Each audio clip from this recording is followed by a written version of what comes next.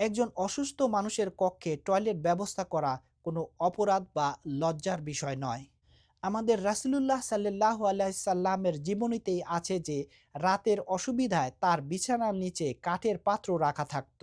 মৃত্যুর সময়ও তিনি সেই পাত্রে প্রস্রাব করেছিলেন। কাজেই যারা এ ধরনের অভিযোগ করে তারা বাস্তবে রাসূলুল্লাহ সাল্লাল্লাহু আলাইহি সাল্লামকেই অপমান করে। তিনি কলেরা রোগে মারা যাননি, কারণ কলেরা একটি অত্যন্ত সংক্রামক রোগ। যদি তিনি কলেরা রোগে মারা যেতেন তাহলে ডাক্তাররা তা নিশ্চিত করতেন।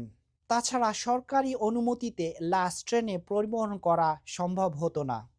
ডাক্তার কার্নিংহাম ও ডাক্তার মেজর সাদারল্যান্ডের জারি করা মৃত্যু সনদে স্পষ্টভাবে লেখা ছিল যে হজরত মির্জা গোলাম মোহাম্মদ আলাইসাল্লামের মৃত্যু কলেরা রোগে হয়নি। সব প্রমাণ, সমস্ত সাক্ষ্য এবং ডজনের বেশি প্রত্যক্ষদর্শীর বর্ণনা পরিষ্কার প্রমাণ করে হজরত মির্জা গোলাম মোহাম্মদ আলাইসাল্লাম স্বাভাবিকভাবে আল্লাহর স্মরণে পরিবারের সামনে ইন্তেকাল করেছেন। কলেরা, টয়লেট বা অপমানজনক মৃত্যুর সব অভিযোগই সম্পূর্ণ ভুয়া।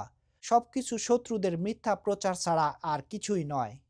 প্রতিদ্বন্দ্বীরা যখন প্রতিশ্রুত মসিহ আলাহিসাল্লামের মৃত্যুকে নিয়ে অপমানজনক দাবি তোলে, তারা বুঝতেই পারে না যে এর মাধ্যমে তারা আসলে অন্যান্য নবীদের সম্পর্কেও আপত্তির দরজা খুলে দেয়।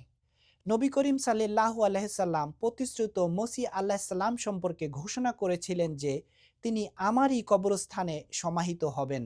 এই কথাটি ইঙ্গিত দেয় অন্যান্য দিকের পাশাপাশি তার মৃত্যুর ধরনও রাসূলুল্লাহ সাল্লাল্লাহু আলাইহি ওয়াসাল্লামের মৃত্যুর সাথে মিল থাকবে। হজরত মির্জা গোলাম মোহাম্মদ আলাইসাল্লামের মৃত্যু নিয়ে যে অভিযোগ ছড়ানো হয় তা প্রমাণহীন ও উদ্দেশ্যমূলক অপপ্রচার।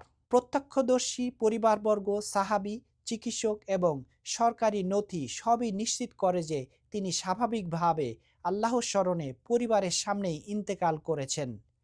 টয়লেট বা কলেরা সংক্রান্ত গল্প একেবারেই ভিত্তিহীন। মৃত্যুর আগে তিনি ওহীর মাধ্যমে নিজের শেষ সময়ের খবর পেয়েছিলেন। শেষ রাতে একটি গুরুত্বপূর্ণ গ্রন্থ লেখা সম্পন্ন করেছিলেন এবং শেষ মুহূর্ত পর্যন্ত আল্লাহ আমার প্রিয় আল্লাহ উচ্চারণ করতে করতে ইন্তেকাল করেন।